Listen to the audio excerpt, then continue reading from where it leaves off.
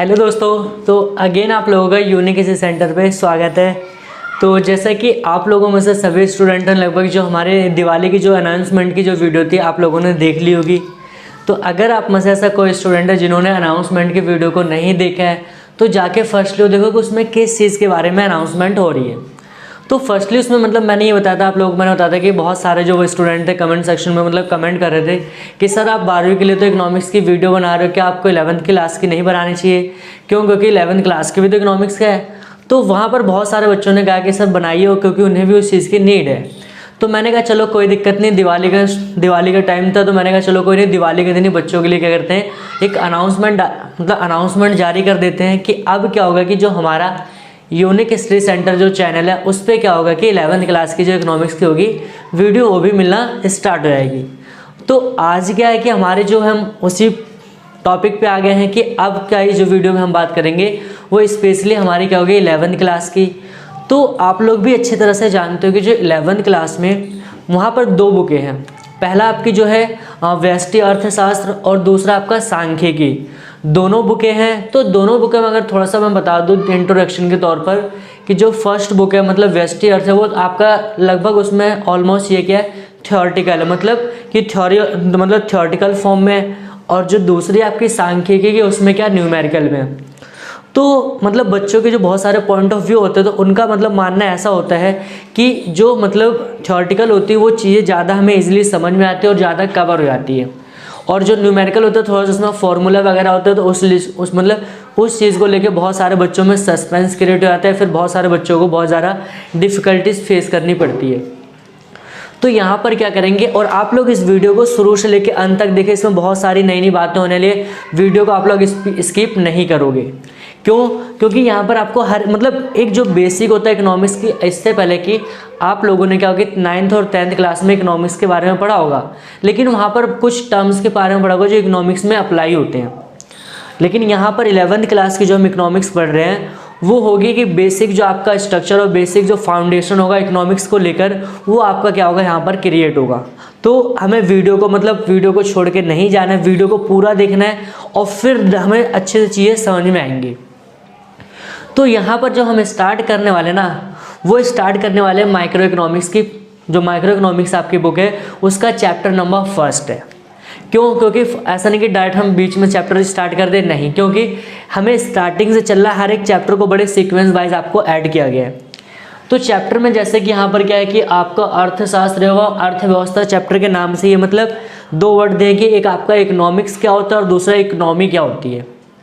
Simple ही बात है। तो यहाँ पर हम बेसिकली पहले जो बात करेंगे, जो चैप्टर में एक टर्म दे रहा है कि इकोनॉमिक्स क्या होती है, अर्थशास्त्र को डिटेल में पढ़ेंगे। अर्थशास्त्र का मतलब क्या होता है, तो सिंपल सी बात है। इसके अलावा जैसे कि आप लोग अगर आर्ट्स के स्टूडेंट हो, कॉमर्स के, तो इसके अलावा आप लोग हिस्ट्री, पॉलिटिकल साइंस वगैरह भी आप पढ़ रहे हो, हिंदी पढ़ रहे हो, ठीक है। तो उन सब्जेक्ट की क्या होती है कि एक अपनी अलग लैंग्वेज होती है, एक उनकी अलग लैंग्वेज। हिस्ट्री, पॉलिटिकल साइंस में हम चीज़ों को बना के भी लिख सकते हैं, लेकिन ये क्या है, ये जो सब्जेक्ट आपका इकोनॉमिक्स है ये बहुत स्पेशल है। क्यों? क्योंकि इसकी एक अपनी लैंग्वेज है, इसको हम बना के नहीं लिख सकते। इसके अपने कुछ जो वर्ड्स होते हैं वो क्या होते हैं, वो डिमांडेड होते हैं। तो वही चीज़ हमें समझना है कि इसकी बेसिक बातें क्या होती है, क्योंकि जो एक बेसिक फाउंडेशन जब क्रिएट होगा तभी जाके हम उस पर कुछ आगे बहुत बड़ा कर पाएंगे। तो यहाँ पर सबसे पहले समझना है कि जो इकोनॉमिक्स वर्ड है वो क्या है। तो जैसे कि मैंने यहाँ पर बनाया कि जो हमारा इकोनॉमिक्स है जो अर्थशास्त्र है वो दो शब्दों से मिलके बना हुआ है। दो शब्द कौन कौन से? पहला अगर देखें हमने उसको दो भागों में उसको क्लासीफाई किया है। पहला क्या आपका अर्थ और दूसरा क्या है आपका शास्त्र। अगर अर्थ की बात करो तो यहाँ पर अर्थ की जो मीनिंग निकाली गई वो क्या है, धन। धन मतलब पैसा, ठीक है। और शास्त्र का मतलब कहता है ग्रंथ। ग्रंथ का जैसे कि आपने सुना होगा कि रामायण हो गया, ठीक, महाभारत की हमारी पूरी की पूरी क्या ग्रंथ के फॉर्म में, एक किताब के फॉर्म में। तो यहाँ पर दोनों, अब जैसे कि आपने सुना होगा कि हर एक सब्जेक्ट के क्या फादर होते हैं, जैसे कि आपने फादर ऑफ हिस्ट्री आपने सुना होगा, हेरोडोटस का नाम सुना होगा आपने, ठीक है। फिर अरस्तु आपने जो पॉलिटिकल के जो फादर ऑफ पॉलिटिकल साइंस, ठीक है, तो वहाँ पर क्या अरस्तु होते हैं, रूसो, तो ये लोगों के नाम आते हैं। तो सेम एज इट इज़ जो हमारे इकोनॉमिक्स के जो फादर है वो मैंने नोट्स में बना के लिख दिया है, वो क्या होते हैं, एडम स्मिथ है। उन्हें क्या इकोनॉमिक्स का फादर कहा जाता है। अब देखो फादर होने का मतलब क्या होता है। फादर होने का सीधा सा जो मीनिंग होता है कि उस जिस सब्जेक्ट में वो फादर है तो उससे ज़्यादा किसी के पास उसके अलावा नॉलेज नहीं होती है। सेम एज इट इज़ जो कहानी इकोनॉमिक्स को लेकर है एडम स्मिथ के साथ, कि एडम स्मिथ ने क्या होता है कि इस वर्ड को डिफाइन करने के लिए पूरी की पूरी क्या बुक को लिख डाला है। तो अब हमारे माइंड में सस्पेंस क्रिएट होता है, क्या हमें इस वर्ड के लिए पूरी बुक पढ़ना है? बिल्कुल ऐसा नहीं है। क्यों? क्योंकि देखो सिंपल ये बात है, तो उन्होंने सिंपल से ये बता रखा है कि अगर हमें कोई बस उसकी इंट्रोडक्शन लेना चाहता है, उसके बारे में बेसिक टर्म्स को बेसिक जो फंडामेंटल रहता है उसको समझना चाहता है, तो उन्होंने प्रॉपर तरह से उसकी डेफिनेशन छोटी दे दी ताकि उसका क्लियर हो जाए। तो क्या उन्होंने बताया कि अर्थशास्त्र क्या है, जो इकोनॉमिक्स होती है ना, क्या एक साइंस है। साइंस का मतलब देखो सिंपल ही बात है, साइंस का मतलब अगर एक शब्द में बात करें एक्सपेरिमेंट। क्या होता है साइंस का मतलब? एक्सपेरिमेंट करना, नई नई चीज़ों के बारे में रिसर्च करना, ठीक है। तो अर्थशास्त्र क्या, वह विज्ञान है जो धन से संबंधित क्रियाओं का अध्ययन करता है। समझना ध्यान से, फर्स्ट टाइम है आप लोगों की डेफिनेशन क्लियर नहीं होगी मैं क्या कह रहा हूँ। और ये जो डेफिनेशन है किसने दी है? हम जो फादर ऑफ इकोनॉमिक्स क्या है, एडम स्मिथ ने दी है। क्या कह रहे हैं कि जो इकोनॉमिक्स होती है ना, एक क्या होती है, एक साइंस होती है, और वो क्या कहती है, हमेशा ऐसे कामों के बारे में बताएगी ना जो किससे रिलेटेड हो, जो पैसे से रिलेटेड। और आप लोग पैसे की डेफिनेशन अच्छे से जानते हो, पैसा होता है क्या। अब आप लोग थोड़ा सा कमेंट सेक्शन में जाके बताइए कि ऐसे बहुत सारे ऐसे कौन कौन से काम है जो आपके क्या पैसे से रिलेटेड है। तो जैसे कि आप लोगों को मैं पढ़ा रहा हूँ ऑनलाइन, ठीक, तो यहाँ पर भी क्या है, पैसे से रिलेटेड। जैसे कि हम कोई सामान लेने आते हैं तो वहाँ पर हम कोई सामान लेते हैं, खरीदते हैं, परचेज करते हैं, उसके बदले में पैसा देते हैं, ठीक है। या फिर जैसे कि अगर कोई कंपनी हो किसी चीज़ का प्रोडक्शन कर रही है, मार्कर है, मार्कर वाली कंपनी इसका प्रोडक्शन कर रही है, क्या वो पैसे से रिलेटेड है वो। तो जो इकोनॉमिक्स का मेन क्या होता है ना, कि वो ऐसे कामों के बारे में, ऐसी क्रियाओं के बारे में बात करती है जो किससे रिलेटेड हो, जो पूरी तरह से मनी से रिलेटेड हो, पैसे से रिलेटेड हो। और मतलब अगर ऐसा कोई काम जो पैसे से रिलेटेड ना हो तो उसे हम इकोनॉमिक्स बिल्कुल भी नहीं कहेंगे, मतलब वो हमारी इकोनॉमिक्स नहीं कहलाएगी। तो जैसे कि अगर हम बात करें, मतलब जैसे एक तो धन से संबंधित क्रिया, अगर हम बात करें जैसे कि आप लोगों ने देखा कि एनजीओ का नाम सुना होगा। तो एनजीओ क्या होता है कि वो मतलब पैसे से रिलेटेड नहीं होता, क्या तो गवर्नमेंट के द्वारा क्या रन किए जाते हैं। तो वहाँ पर क्या होता है कि पैसे की बात नहीं होता। जैसे आपने देखा बच्चों को फ्री में पढ़ा देते हैं, बच्चों को भोजन वगैरह बांटते हैं, ठीक है। तो ये होता है, तो ये क्या होता है, मतलब आपके ये इकोनॉमिक्स नहीं कहलाएगी। इसके अलावा अगर हम बात करें, जैसे कि मान लेते हैं कि हम क्या होता है कि मंदिर वगैरह में क्या पूजा पाठ करने आते हैं, तो वहाँ पर क्या होता है कि पूजा करना क्या क्रिया है, लेकिन जो हम पूजा करते हैं तो क्या वहाँ पर हमें पैसे में, भगवान जी में कहते हैं कि रिटर्न में पैसा ले जाओ, नहीं, वो क्या होगा, आपको वहाँ क्रिया हो रही है लेकिन वो क्या धन से रिलेटेड नहीं है, वो आपकी इकोनॉमिक्स बिल्कुल भी नहीं कहलाएगी। तो समझ में आ रहा होगा आपको डेफिनेशन। तो आप लोग वीडियो को लाइक करते रहिए, चैनल को ज़्यादा से ज़्यादा शेयर करिए। क्यों? क्योंकि इससे बाकी दोस्तों को भी आपको पता चल जाए। तो यहाँ तक तो जैसे कि यहाँ पर मैंने डेफिनेशन बता दी अब कि एडम स्मिथ को एक मतलब अर्थशास्त्र का पिता कहा जाता है। अब हमें आगे की जो टॉपिक्स को कवर करना है, वीडियो को पूरा देखना है। आगे जो हमें टॉपिक को कवर करना है कि जो हमारे इकोनॉमिक्स होते हैं ना, कौन सी जो हमारी इकोनॉमिक्स होती है ना, बेसिकली 2 टाइप्स की होती है। कौन कौन सी? आपकी एक माइक्रो इकोनॉमिक्स मतलब आपका व्यष्टि अर्थशास्त्र, दूसरा आपका मैक्रो इकोनॉमिक्स जिसका समष्टि। तो हमें इसके बारे में यहाँ पर बस थोड़ा सा इंट्रोडक्शन लेना है कि ये होता क्या है, समझना ध्यान से।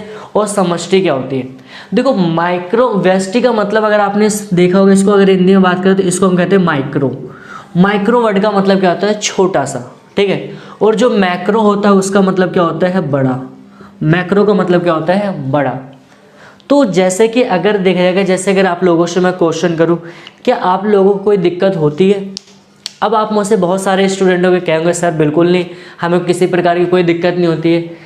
तो अगर जस्ट मैं क्वेश्चन रखूँ आप लोगों के सामने, ठीक, तो अगर जैसे कि आप लोगों को भी होता है कि आपके पास आईफोन हो, कार हो वगैरह हो, इसमें हर एक चीज़ होता हो, तो क्या सारी चीज़ें अवेलेबल है? नहीं है। तो वहाँ पर क्यों नहीं है? क्योंकि आपकी दिक्कत क्या है? पैसे की दिक्कत आ गई। तो मतलब क्या समझना है कि जो व्यष्टि अर्थशास्त्र होती है वो क्या करती है कि जो आर्थिक समस्या होगी, मतलब इकोनॉमिक जो प्रॉब्लम हो गई और आर्थिक मुद्दे मतलब इकोनॉमिक इश्यूज होते हैं, ठीक है, उसका जो अध्ययन होता है किस लेवल पे करवाती है? व्यक्तिगत स्तर पर करवाती है। मतलब अब क्या मेरी और आप, क्या मुझे कोई दिक्कत नहीं होती, मैं भी मेरी भी क्या दिक्कत, मैं सोचता हूँ कि एक बहुत बड़ा क्या हो जाए हमारा सिस्टम बन जाए, ठीक है, जहाँ पर हम बड़े बड़े बच्चों मतलब बड़ी संख्या में बच्चों को पढ़ाएं। लेकिन क्या होता है कि अभी क्या हमारे पास रिसोर्सेज की क्या कमी है, समस्या है क्या है, रिसोर्सेज की कमी है, हम वो सारी की सारी चीज़ें नहीं कर सकते हैं। तो मतलब क्या होता है कि हर एक व्यक्ति की अपनी क्या प्रॉब्लम जो समस्या होती है वो अलग अलग हो सकती है, अलग अलग हो सकती है।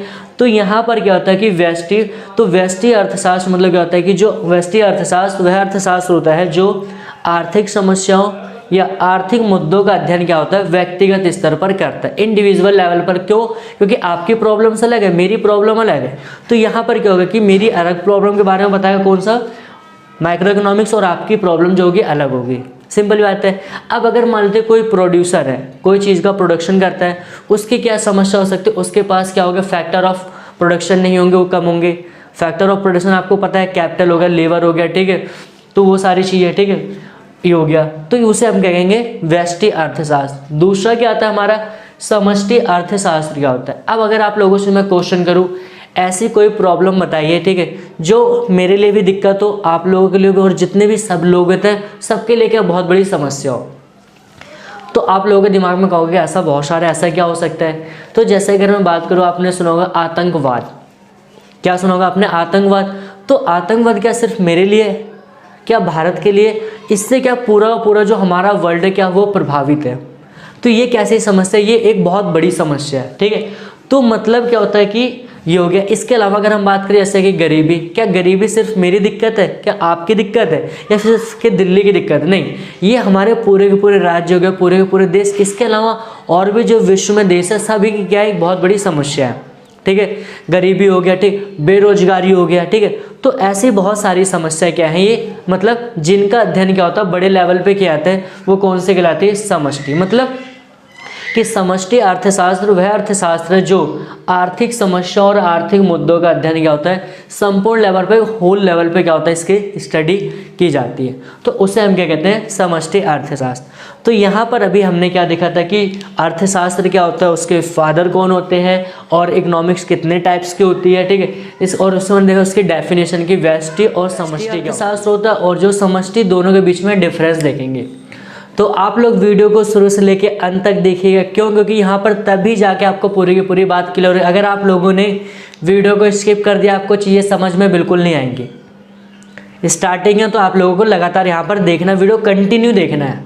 तो चलिए हम स्टार्ट करते हैं। तो मैंने आप लोगों को स्टार्टिंग बता देता है कि जैसे कि डिफरेंस वर्ड जैसे ही आपके सामने आएगा तो आप समझ आना कि डिफरेंस किस बेस पे करना है। तो मैंने आपको बता रखा है जैसे कि डिफरेंस हमेशा करना चाहिए कि अंतर के आधार के साथ करना चाहिए। क्यों? क्योंकि इससे होता है ना, मतलब जो एग्जामिनर को ना पूरी तरह से क्लैरिफाई हो जाता है, क्लियर हो जाता है कि हाँ बच्चे ने इस बेस को लेके गया, दोनों के बीच में कंपैरिजन किया, दोनों के बीच में डिफरेंस क्रिएट किया है। तो वो डिफरेंस देखो पहले हम किस बेस पे देखेंगे, पहला जो डिफरेंस होगा हम दोनों के डेफिनेशन को देखेंगे। तो डेफिनेशन वहाँ पर क्या कह रही है कि व्यष्टि मतलब जो व्यष्टि अर्थशास्त्र है क्या है, समझना ध्यान से यहाँ पर कि व्यष्टि अर्थशास्त्र वह अर्थशास्त्र है जो, ठीक है, जो आर्थिक समस्या या आर्थिक मुद्दों का अध्ययन व्यक्तिगत स्तर पर करता है या व्यक्तिगत स्तर पर किया जाता है। समझना ध्यान से कि मतलब मैंने बताया था कि जो माइक्रो इकोनॉमिक्स होते हैं ना, वो क्या होते हैं कि वो जो प्रॉब्लम्स होगी ना, जो वहाँ पर इश्यूज होंगे उसको, और हर एक के इश्यूज क्या अलग होंगे, तो उसको क्या इंडिविजुअल लेवल पे क्या होगी उसकी स्टडी करती है, उसे हम क्या कहते हैं, व्यष्टि अर्थशास्त्र। दूसरा हम देखते हैं कि जो समष्टि होती है, जो मैक्रो इकोनॉमिक्स होती है, उसमें क्या होता है कि समष्टि अर्थशास्त्र वह अर्थशास्त्र होता है जो आर्थिक समस्या या मतलब आर्थिक मुद्दों का अध्ययन संपूर्ण स्तर पर किया जाता है। मतलब कि वहाँ पर ऐसी कोई प्रॉब्लम होगी जिसका अध्ययन हम क्या करेंगे, बड़े लेवल पे करेंगे। बड़े लेवल इन द सेंस कि मतलब ऐसी कोई प्रॉब्लम जैसे कि सभी की दिक्कत हो, तो वो क्या कहलाएगा आपका, वो मैक्रो इकोनॉमिक्स कहलाएगा अगर उन प्रॉब्लम को हम स्टडी करते हैं।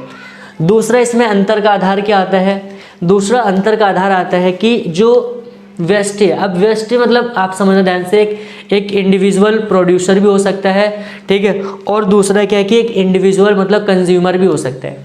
तो अगर मैं बात करूं जैसे कि समझना ध्यान से, मान लेते हैं कि मार्कर, ठीक है, मार्केट में आते हैं, ठीक है, तो अगर मार्कर मेरे को एक मार्कर मतलब एक दुकान में मैंने पता किया मार्कर 30 का है और दूसरी जगह मैंने पता करा दूसरी जगह 40 का है, तो आप लोग बताइए कि मार्कर कौन सा लेना चाहिए। तो हाँ, आप लोगों का आंसर होगा कि 30 वाला। क्यों?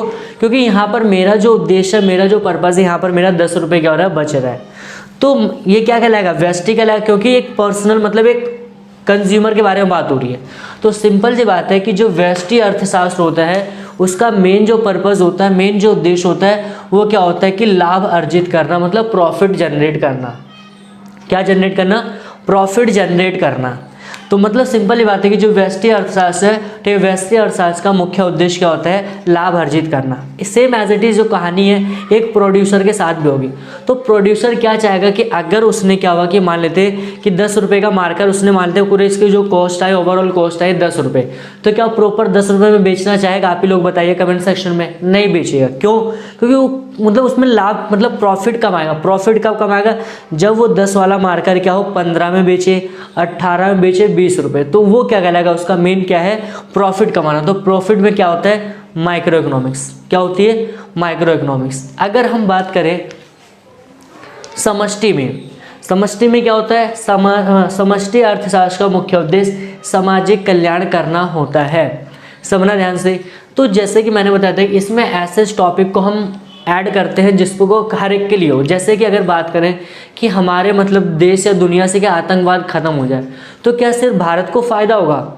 नहीं, ऑब्वियस सी बात है कि हर एक देश को क्या फ़ायदा होगा उससे। क्यों? क्योंकि जो आतंकवाद जैसी बहुत बड़ी क्या समस्या वो क्या हो जाएगी? पूरी तरह से ख़त्म हो जाएगी। सेम एज इट इज़ हमें समझना है कि अगर मान लेते हैं कि हमारे देश या दुनिया से गरीबी ख़त्म हो जाती है, तो क्या सिर्फ वो भारत के लिए दिक्कत है? फिर क्या मेरे लिए, फिर आपके लिए? नहीं, वो लगभग हमारे देश के हर एक लोगों के लिए फ़ायदेमंद है अगर गरीबी ख़त्म हो जाती है। तो मतलब यहाँ पर समझना है कि जो इसका मेन जो मैक्रो इकोनॉमिक्स होता है उसका मेन पर्पस क्या होता है ना? सामाजिक कल्याण करना। मतलब वहाँ प्रॉफिट की बात नहीं होती, वहाँ पर क्या होती है? सोशल वेलफेयर की बात होती है। किसकी? सामाजिक कल्याण करने की। तीसरा घटक क्या कह रहा है? तीसरा अंतर का आधार कह रहा है कि घटक। घटक का मतलब समझना ध्यान से कि जो मैक्रो इकोनॉमिक्स जो हम पढ़ रहे हैं अभी, जो आगे टॉपिक पढ़ेंगे, ठीक है, उसमें किन किन चीज़ों के बारे में, ऐसे कौन कौन से उसके कॉम्पोनेंट है। तो व्यष्टि अर्थशास्त्र के मुख्य घटक निम्न है। कौन कौन से घटक है? पहला उपभोक्ता सिद्धांत, मैंने बताया था कंज्यूमर के बारे में पढ़ेंगे, ठीक है। दूसरा क्या आपका उत्पादक सिद्धांत, प्रोड्यूसर के बारे में कह सकते हैं। तीसरा क्या हमारा प्राइस थ्योरी, ठीक है, मतलब कीमत सिद्धांत के बारे में। जैसे कि आप आगे चल के पढ़ोगे कि बाजार वगैरह के बारे में क्या होता है, वो क्या होगी? आपकी प्राइस पे होगी, ठीक है। इसका क्या घटक होते हैं? इसका जैसे कि इसके मुख्य घटक क्या है? राष्ट्र आय के बारे में पढ़ना है हमें, ठीक है। ये जो समष्टि किस चीज़ के बारे में बताता है? जैसे कि राष्ट्र आय के बारे में, ठीक है। सरकारी बजट हो गया, भुगतान शेष आदि, इसमें विनिमय, विदेशी विनिमय दर वगैरह भी, ये सारे के सारे टॉपिक यहाँ पर है। तो ये क्या कहलाएंगे? घटक। तो इसके अलावा अगर हम बात करें अगला जो अंतर का आधार हमारा क्या है? अंतर का आधार है एक उदाहरण, एग्जाम्पल कह सकते हैं। इसके क्या क्या उदाहरण है? जैसे कि मांग पूर्ति तथा बाजार, ठीक है, ये किसके उदाहरण है? व्यष्टि अर्थशास्त्र के। दूसरा क्या कि जो समष्टि है क्या? समग्र मांग और समग्र पूर्ति। मतलब यहाँ पर हम मांग पढ़ेंगे लेकिन वहाँ पर एक वर्ड आ जाएगा एग्रीगेट डिमांड। यहाँ सिर्फ क्या डिमांड पढ़ेंगे, वहाँ पर एग्रीगेट डिमांड, और वहाँ पर क्या एग्रीगेट सप्लाई। तो ये पूरे के पूरे टॉपिक हमारे क्या आते हैं? दोनों के बीच में। वहाँ पर हमने मतलब क्या कर रखा है कि जो 11वीं क्लास की वैसे 2 बुकें थी, पहला आपका माइक्रो इकोनॉमिक्स, दूसरा आपका सांख्यिकी थी। तो हमने जो फर्स्टली जो स्टार्टिंग की है ना, वो व्यष्टि अर्थशास्त्र के स्टार्टिंग है। उसका जो हमारा फर्स्ट जो चैप्टर है उसके 2 पार्ट लगभग आ चुके हैं। तो अगर आप में से कोई ऐसा स्टूडेंट है जो हमारे मतलब चैनल पे फर्स्ट टाइम विजिट कर रहा है, तो पहले क्या करिए, चैनल को सब्सक्राइब कर दीजिए। देन आप जाके प्ले लिस्ट में आप वीडियो को चेक कर सकते हो। फर्स्ट और सेकंड पार्ट को देखिए और फाइनली किस पार्ट पे आ जाइए? थर्ड पार्ट पे। क्यों? क्योंकि देखो यहाँ पर क्या मैंने आपको बताया था कि 11वीं क्लास की इकोनॉमी की स्टार्टिंग होती है। तो आपको जब तक पूरा बेसिक क्लियर नहीं होगा तो आपकी आगे की जो चीज़ें हमें अच्छे से क्लियर नहीं होती है। तो आज के जो हम टॉपिक में आज की वीडियो हम देखने वाले बहुत इंपॉर्टेंट टॉपिक को, और आप लोगों को वीडियो को स्किप नहीं करना है। क्यों? क्योंकि इसमें बहुत सारी चीज़ों को देखने वाले हैं। वो आपको कब पता चलेगा? जब आप शुरू से लेके लास्ट तक वीडियो को देखोगे पूरा। तो यहाँ पर हम बात करेंगे जैसे कि फर्स्ट टॉपिक है कि वास्तविक तथा आदर्शात्मक अर्थशास्त्र क्या होता है। यहाँ से भी कभी कभी आपके 3 नंबर के क्वेश्चन बनते हैं कि आपका जो वास्तविक तथा आदर्शात्मक अर्थशास्त्र क्या होता है, इससे आप क्या समझते हैं। ये टॉपिक आपका एग्जाम में भी पूछा जा सकता है। तो सबसे पहले हम देखते हैं कि वास्तविक अर्थशास्त्र क्या होता है। तो समझना ध्यान से कह रहे हैं कि वास्तविक अर्थशास्त्र वह अर्थशास्त्र है जिसमें ऐसे विषय को शामिल किया जाता है जिस पर सिर्फ विचार विमर्श किया विचार विमर्श किया जा सके, ठीक है, फिर विचार विमर्श किया जा सकता है, ठीक है। ये मतलब समझना ध्यान से वास्तविक का कि वास्तविक जो अर्थशास्त्र होता है ना, उसमें हम ऐसे टॉपिक को मतलब बात करते हैं ना सिर्फ जिसमें हम विचार कर सकते हैं और उसको हम पूरी तरह से मतलब उसको ख़त्म नहीं कर सकते हैं। तो समझना ऐसे क्या क्या है। तो जैसे कि आपने एग्जाम्पल देखो जनसंख्या, क्या हम जनसंख्या को रोक सकते हैं? आज के समय में भारत की जो जनसंख्या लगभग 135 करोड़ क्या क्रॉस कर चुकी है। क्या है इस जो मतलब जिस रेट से क्या जनसंख्या बढ़ रही है, क्या उसको हम कंट्रोल कर सकते हैं? पॉसिबल नहीं है। इस पर सिर्फ हम मतलब विचार विमर्श कर सकते हैं, ठीक है। जैसे कि गरीबी, आज आपने देखा कि भारत में क्या है, मतलब चाइना के बाद जो मतलब भारत में जो है क्या गरीबी बहुत बड़ी मात्रा में है, ठीक है। जहाँ पर लोग हर एक स्टेट में देख लो, हर एक जगह पर क्या होता है, आपको गरीबों की संख्या तादाद में मिलेगी। तो मेन दिक्कत क्या है, वो एक तो होता है कि वो अपने माइंड सेट से क्या होते हैं, गरीब होते हैं। क्यों? क्योंकि अगर आपने देखा होगा बहुत सारे एग्जाम्पल होते हैं कि मतलब जो व्यक्ति होता है, अगर मान लेते हैं कि उसका चल रहा है, ठीक है, वो हाथ पैर से सही सलामत होने के बावजूद भी क्या होता है, वो भीख मांगता है। तो इसका मतलब क्या हुआ, सिंपल सी बात है कि इसका मतलब क्या होता है कि वो ऐसा नहीं कि वो गरीब है, वो खुद को अपने आप को गरीब कह रहे हैं। वो क्या कह रहे हैं, खुद को अपने आप। अगर वो किसी कंपनी वगैरह में जाते हैं तो वहाँ पर उनकी जितनी मतलब खर्चे होते हैं जो, उसके हिसाब से वहाँ पर उनकी सैलरी मिल जाएगी। और एक होता है क्या कि उन्हें एक अच्छी इमेज भी मिलेगी, लेकिन ऐसा नहीं चाहते लोग, ठीक है। और जैसे कि भेदभाव, आज की जैसे कि आपने देखा होगा भेदभाव को लेकर कि जैसे कि मतलब ये जात वगैरह को लेकर लोग भेदभाव करते हैं, या फिर आपने देखा रंग वगैरह के बारे में। तो मतलब क्या है ना, ये ऐसे विषय है ना, ऐसे टॉपिक्स है ना, इसको हम मतलब पूरी तरह से ख़त्म नहीं कर सकते। क्यों? क्योंकि लोगों के माइंड की परसेप्शन क्रिएट होता है। क्या होता है लोगों के माइंड का परसेप्शन? आपने सुना होगा पूर्वाग्रह होता है लोगों का, ठीक है। तो मतलब वास्तविक मतलब क्या होता है कि वास्तविक अर्थशास्त्र में ऐसे विषय को हम शामिल करते हैं जिस पे हम सिर्फ क्या कर सकते हैं, विचार विमर्श करते हैं। जैसे कि आपका जनसंख्या हो गया, गरीबी हो गया, भेदभाव, ठीक है, इसको हम खत्म नहीं कर सकते। तो उसे हम क्या कहेंगे, उसको हम वास्तविक अर्थशास्त्र कहेंगे। दूसरा जो टॉपिक आता है आपका आदर्शात्मक अर्थशास्त्र किसे कहते हैं, तो उसका जस्ट अपोजिट कर दो। मतलब आदर्शात्मक में क्या होता है कि ऐसे टॉपिक को हम मतलब ऐसे विषय को इंक्लूड करते हैं जिसका हम क्या समाधान कर सकते हैं, मतलब जिसका हम क्या सॉल्यूशन निकाल सकते हैं। क्या कर सकते हैं? जिसका हम सॉल्यूशन निकाल सकते हैं, ठीक है। और वो मतलब क्या होता है कि जैसे कि शिक्षा हो गया। अगर मानते कोई मतलब पढ़ा लिखा नहीं है तो उसको हम क्या कर सकते हैं, उसकी शिक्षा को उसका शिक्षा दे सकते हैं, ठीक है। अगर किसी की थोड़ा सा हेल्थ ख़राब है, उसकी हेल्थ को क्या हम अच्छा कर सकते हैं। अगर मानते हैं कि स्वच्छता, जैसे कि कहीं साफ़ सफाई नहीं तो उसको क्या साफ़ सफाई हम कर सकते हैं। तो मतलब क्या होता है कि जो आदर्शात्मक अर्थशास्त्र होता है उसमें हम ऐसे विषयों को रखते हैं, ऐसे विषयों को इंक्लूड करते हैं जिसको हम क्या कर सकते हैं, जिसका हम समाधान कर सकते हैं, जिसका हम सॉल्यूशन क्या कर सकते हैं, निकाल सकते हैं। तो उसे हम कौन सी इकोनॉमिक्स कहेंगे, आदर्शात्मक। अब चलते हैं अगला टॉपिक, बहुत इंपॉर्टेंट टॉपिक है। मैंने बताया था कि जैसे कि चैप्टर के नाम से क्या था कि अर्थशास्त्र और अर्थव्यवस्था, सिंपल सी बात है। तो आपने इस चीज़ को डिटेल में देख लिया कि होते क्या है, इसको मतलब फादर किसे कहा जाता है, तो और इस कितने प्रकार के होते हैं हमने देख लिया है। अब हमें समझना जो दूसरा वर्ड हमारा है इकोनॉमी, क्या पढ़ेंगे उसको, इकोनॉमी कहते हैं, ठीक है। तो इकोनॉमी क्या होती है, तो समझना ध्यान से, हर एक देश की ना कोई इकोनॉमी होती है। तो पहले इकोनॉमी वर्ड का मतलब क्या होता है हमें बेसिक समझना है, ठीक है। तो जैसे कि जस्ट मैंने यहाँ पर एक सिंपल सा डायग्राम ड्रॉ करा, आप लोग डायग्राम पर देख के हंसोगे नहीं, क्यों, थोड़ा सा पेंटिंग ठीक नहीं है। तो यहाँ पर डायग्राम, जैसे अगर मैं आप लोगों से क्वेश्चन करूँ, क्या आप अपने आसपास व्यापार देखते हो कि लोग लेन देन करते हैं, ठीक है। आप लोग आसपास क्या बाजार देखते हो, ठीक है, और फैक्ट्री देखते हो, कंपनी हो गई, आसपास में आपने देखा कृषि वगैरह होती है, ठीक है, और स्कूल कॉलेज वगैरह और उद्योग वगैरह होता है, ठीक है। तो यहाँ से अगर मैं बात करूँ, क्या व्यक्ति को, कोई भी इंसान है, क्या यहाँ पर उसको रोज़गार मिल सकता है, रोज़गार इन द सेंस कि काम धंधा, क्या व्यापार में काम धंधा मिल सकता है, ऑब्वियस सी बात है मिल सकता है, ठीक है। बाजार में भी काम मिल सकता है, तो आप सामान बेच सकते हो, खरीद सकते हो, ठीक है, कुछ भी कर सकते हो वहाँ पर, ठीक है। फैक्ट्री में जॉब मिल सकती है हमें, ठीक है, कंपनी में जॉब मिल सकती है, ठीक है। कृषि क्षेत्र में आपने देखा कि जिसके पास बड़े बड़े खेत होते हैं तो लोगों को हायर करते हैं फसल वगैरह को काटने के लिए, ठीक है, या बोने वगैरह के लिए, तो वहाँ पर भी हमें क्या काम धंधा मिल सकता है। स्कूल कॉलेज में हमें टीचर की मिल सकती है, प्रोफेसर की मिल सकती है, या फिर आपने वहाँ पर देखा होगा जैसे कि जो मतलब सफाई कर्मचारी होते हैं उनके हमें क्या नौकरी मिल सकती है, ठीक है, इंडस्ट्री सेक्टर में मिल सकती है। तो मतलब ये पूरी की पूरी क्या होगी हमारी, ये हमारी इकॉनमी कहलाएगी। मतलब क्या है कि अर्थव्यवस्था उन सभी इकाइयों का समूह है। क्या है, अर्थव्यवस्था जो है उन सभी इकाइयों का क्या है, समूह है, जो मनुष्य के लिए रोजगार के अवसरों का सृजन करती है। क्या करता है? जो मनुष्य के लिए मतलब रोजगार के अवसरों का सृजन करना, लोगों को काम धंधा प्रोवाइड करवाना। तो ये क्या कहलाएगा हमारा कि इकोनॉमी। अर्थव्यवस्था के प्रकार, अर्थव्यवस्था कितने प्रकार की होती है? तो पहला यहाँ पर कह रहा है कि पूंजीवादी या फिर बाजारवादी अर्थव्यवस्था, दूसरा है हमारा केंद्रीय योजनाबद्ध अर्थव्यवस्था, दूसरा समाजवादी, और तीसरा क्या है? मिश्रितवादी अर्थव्यवस्था। तो अब इन्हीं टॉपिक को हमें क्या करना है? डिटेल में पढ़ना है कि पूंजीवादी क्या होती है, समाजवादी क्या होती है, और ये।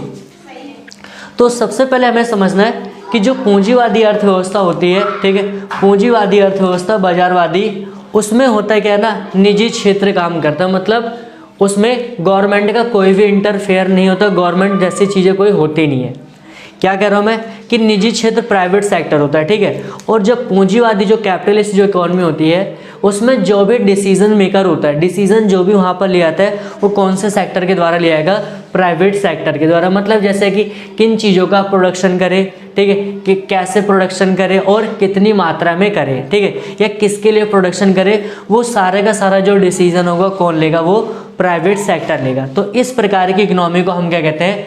कैपिटलिस्ट इकोनॉमी, पूंजीवादी अर्थव्यवस्था कहते हैं, या फिर आप बाजारवादी अर्थव्यवस्था भी कह सकते हैं। अब जैसे कि एग्जाम्पल के समझते हैं कि ये वाली इकोनॉमी हमारे वर्ल्ड में कौन सी कंट्री में, तो ये जो हमारी इकोनॉमी सबसे बड़ा जो देश माना जाता है, सबसे पावरफुल जो कंट्री, यानी आप समझ सकते हो कि कौन है? अमेरिका है। तो उसे हम क्या कहेंगे? पूंजीवादी अर्थव्यवस्था। दूसरा जो हमारा होता है कि समाजवादी अर्थव्यवस्था। तो समाजवादी अर्थव्यवस्था का मतलब क्या होता है? या फिर केंद्रीय योजना, यहाँ पर जितने भी डिसीजंस होंगे, जितने भी निर्णय होंगे, मतलब क्या उत्पादन करें, कैसे उत्पादन करें और किसके लिए उत्पादन करें, ठीक है, पूरे का पूरे की जो भी डिसीजन मेकिंग होगी किसके द्वारा लेगी? वो गवर्नमेंट के द्वारा लेगी, मतलब गवर्नमेंट सेक्टर के द्वारा लिया जाएगा, ठीक है। तो और यहाँ पर क्या मतलब, और ये मेन काम क्या होता है उनका? यहाँ पर जो होता है सामाजिक कल्याण की बात ज़्यादा होती है, तो किसके अंडर में आ जाएगा? वो गवर्नमेंट के। और पूंजीवादी में कौन होता है? वहाँ पर प्राइवेट सेक्टर हो, क्या पूंजी मतलब पैसे के मोटिव पे क्या वहाँ पर कार्य करते हैं। और ये वाली जो इकोनॉमी कौन से कंट्री में? तो जैसा कि चाइना और रूस में। तो लेकिन अगर रियलिटी देखा जाएगा ना, आज अगर करंटली बात करें तो हर एक देश ने क्या हो गया? कैपिटलिस्ट इकोनॉमी को अपना लिया है। तो ये दोनों देश, मतलब दोनों देश में कौन सी इकोनॉमी थी? मतलब समाजवादी, फिर केंद्रीय योजनाबद्ध अर्थव्यवस्था। और हमारी जो तीसरी है मिक्स्ड इकोनॉमी, तो ये मिश्रितवादी अर्थव्यवस्था क्या होती है? ये बेसिकली क्या होती है? यहाँ पर दोनों सेक्टर द्वारा क्या कार्य किया जाता है। जैसे कि आप जस्ट एग्जांपल ले लो, ये कहाँ पर? भारत में पाई जाती है। तो आप लोग भी जानते हो कि भारत में गवर्नमेंट स्कूल भी है, प्राइवेट स्कूल भी है। भारत में गवर्नमेंट मतलब प्राइवेट बैंक भी है, गवर्नमेंट बैंक भी है, ठीक, प्राइवेट हॉस्पिटल भी है, गवर्नमेंट हॉस्पिटल भी है। तो मतलब क्या होता है कि हमारे देश में, मतलब भारत में और पाकिस्तान में क्या है कि कौन सी इकॉनमी है? मिक्स्ड इकॉनमी है। ये आपको क्वेश्चन हमेशा याद रखना है कि भारत में कौन सी इकॉनमी है? मिक्स्ड इकॉनमी, ठीक है। इसमें गवर्नमेंट सेक्टर भी होता है और प्राइवेट सेक्टर, मतलब दोनों ना मिल के डिसीजन लेते हैं। जो भी डिसीजन होगा उनका वो मिल के लेते हैं, क्या करें, कैसे करें, किसके लिए करें, ये सारे के सारे जो डिसीजन लेंगे दोनों सेक्टर के द्वारा लिए जाते हैं। तो ये हमारी क्या आती है कि जो इकॉनमी होती है 3 टाइप्स की होती है, उसमें क्या क्या बातें हमने वो सारी चीज़ हमने देख लिया। नेक्स्ट चलते हैं नेक्स्ट टॉपिक पे। तो नेक्स्ट टॉपिक हमारा क्या कह रहा है? आर्थिक समस्या, मतलब इकोनॉमिक प्रॉब्लम क्या होती है। तो सिंपल सी बात है, जैसे कि आप लोगों ने देखा होगा, ठीक है, समझना ध्यान से, कि जैसे कि आपने देखा छोटे बच्चों को, तो वो लोग कहते हैं कि जब अपने पेरेंट्स के साथ कहीं मार्केट वगैरह में जाते हैं, तो अगर कोई मतलब वहाँ पर टॉयज़ की शॉप होती है, मतलब खिलौने की दुकान होती है, तो वहाँ पर वो बच्चा क्या कहता है कि मुझे ये भी चाहिए, वो भी चाहिए, ये सारे खिलौने चाहिए। तो क्या मतलब समझना ध्यान से, क्या उसके जो बच्चे के पेरेंट्स होते हैं क्या सारे के सारे खिलौने उसको दिला देते हैं? नहीं। क्यों? क्योंकि वहाँ पर क्या होता है कि उनके पास पैसा होता है जो उनका, वो क्या होता है? लिमिटेड होता है, ठीक है। और लिमिटेड होने के साथ साथ उस पैसे का क्या खिलौने के लिए यूज़ करना है? नहीं, उसके अलावा भी हमें मतलब साग सब्जियाँ हो गई, ठीक है, और भी कपड़े वगैरह, और भी मतलब सारी की सारी जो आइटम लेनी पड़ती है। तो समझना ध्यान से कह रहे हैं कि आर्थिक समस्या मूल रूप से चयन की समस्या होती है। क्या करना पड़ता है? हमें चूज करना पड़ता है।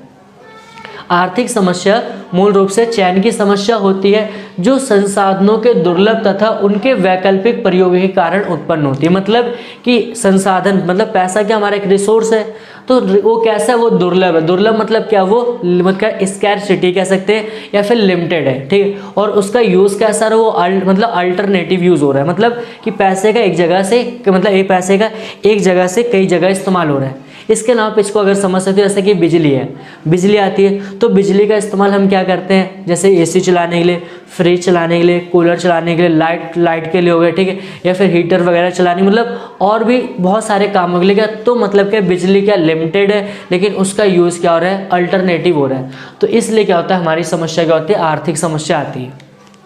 समझ में क्यों? क्योंकि हमारे पास रिसोर्सेज क्या लिमिटेड है, प्लस उसका यूज़ कैसा हो रहा है, अल्टरनेटिव यूज़ हो रहा है। ये हो गया डेफिनेशन।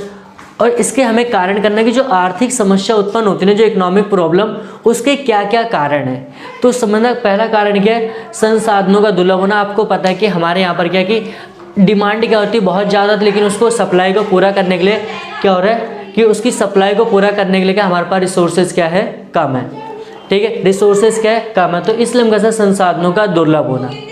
और दूसरा क्या है, संसाधनों का वैकल्पिक प्रयोग। दूसरा क्या हमारा, संसाधनों का वैकल्पिक प्रयोग। मैंने आपको बता दिया जैसे कि बिजली का एक संसाधन है, उसका यूज़ कैसा हो रहा है, उसका अल्टरनेटिव यूज़ हो रहा है, ठीक है। तीसरा क्या, मनुष्य की असीमित। अच्छा आप ये बताओ कि हमारी जो डिज़ायर्स, हमारी जो वांट्स है, क्या वो क्या होती है, कभी ख़त्म होगी? नहीं।